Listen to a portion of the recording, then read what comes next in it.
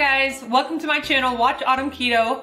My name is Autumn and I've been on the keto diet since September of 2017.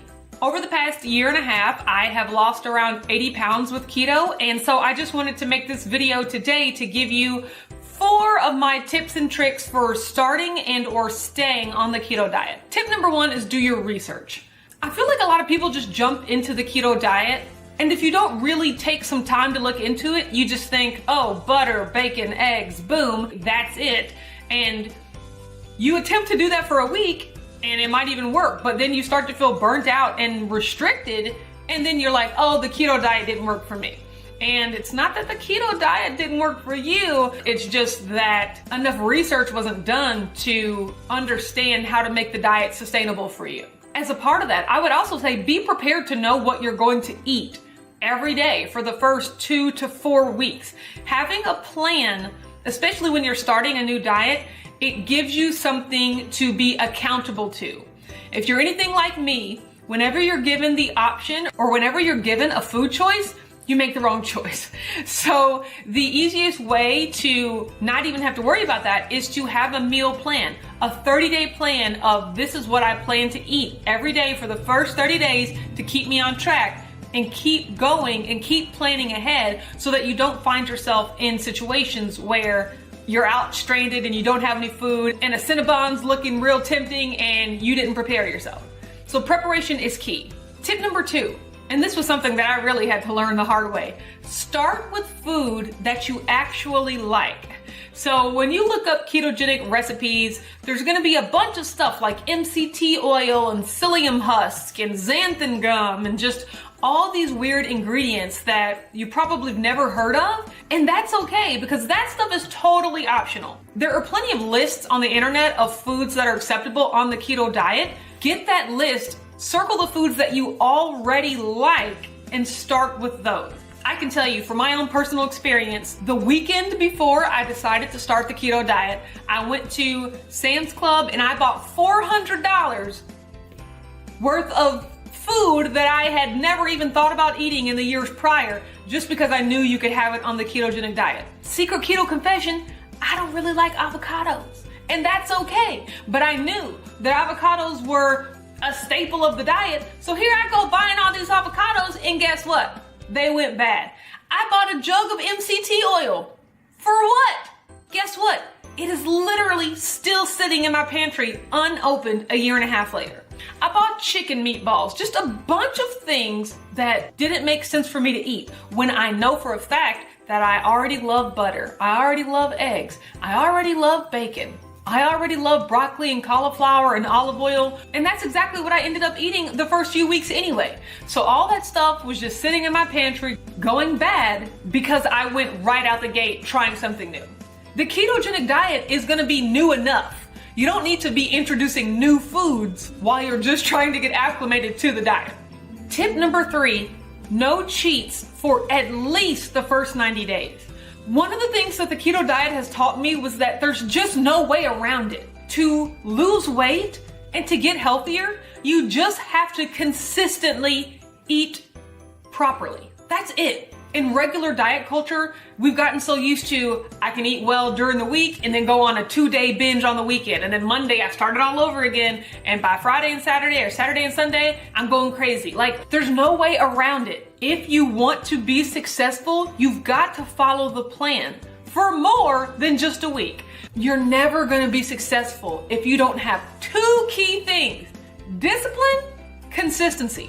That's all it takes to be successful at anything. So when you're thinking about that in terms of your diet, be disciplined. Just eat the food that's part of your food plan consistently for at least 90 days. And my thought process is, if after 90 days you want a cheat meal or a cheat day or something, I'm personally okay with those. That is something that you're gonna have to reconcile when you do your research and figure out what kind of keto diet you wanna do. And if you can go longer than 90 days, if you can just go on the diet and not cheat ever, more power to you. That's even better. That is optimal, best case scenario. But if in order to make the diet sustainable, you do need a cheat meal or a cheat day, I am a huge proponent of those. I have participated in many a cheat day, and I'm still successful on the diet because more times than not, I'm eating on plan.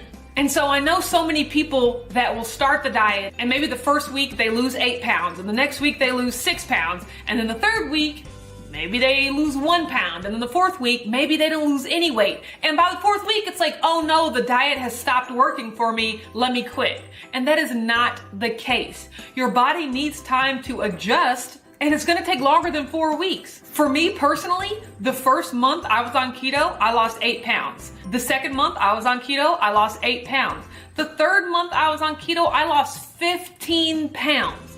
And if I would have looked at 8 pounds and thought, oh, that's not enough, this diet, I'm not losing quickly enough, this diet's not working for me, I might have given up and not really pushed through to that threshold that really made me realize that, oh wow, keto works if you stick with it and if you're truly disciplined. And I'm really proud of myself because I was one of those 5 on, 2 off type people my entire dieting life, but I made a plan. That's why it's important to make a plan. And I wrote down everything I was gonna eat and I prepared it so that when Saturday came, when the first Saturday of the ketogenic diet came, I had to actually mentally trick myself and pretend I was still at work, because that's how we gauge when it's time to eat.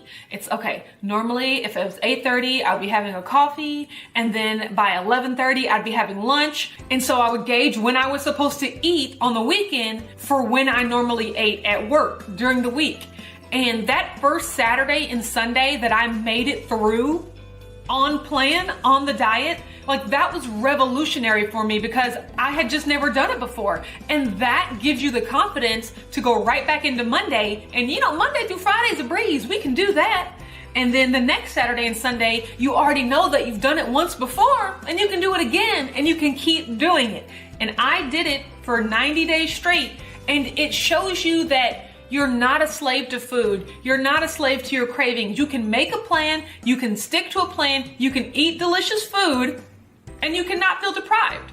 All right, and my last and final tip number 4, find a keto community. If that's on YouTube, on Instagram, on Facebook, with people you know in real life. That's one of the most surefire ways to remain accountable and really understand that you're not alone in your struggles. I'll tell you one thing you are alone in, making sure that you're doing the work. No one's gonna force feed you keto food. You have actually got to make the choice to put the correct food in your body every day. No one else can do that for you.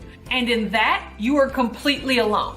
But in your struggles, in your temptations, and your desire for new recipes, and your desire to vent, there are tons of people out there going through the exact same thing that you are. And to find that and to read that and to really realize that you're not alone or something's not wrong with you because for 30 days in a row, you're doing great. And for day 31, you just want to flip a table because you have such a bad craving. To realize that that's normal and everybody feels it, and just to work your way through it and to let the community know your struggles. And it's also a place for great information. People are always sharing information, recipes, tips on fasting, tips for exercising. There's so much information out there, and it's so much more meaningful when it comes from a person that you know is going through the same things that you're going through. So you're already on your way with step 4 if you're watching this video, because you're already part of my community. And I really, really love that. And I'm glad you're here.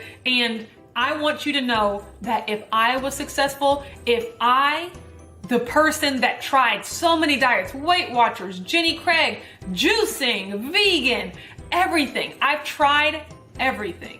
If I can find something that works for me and make up my mind, because that's all it takes. You got to make up your mind. If I can finally get to the point where I made up my mind that I was going to be disciplined and consistent with this diet, if I can do that, anyone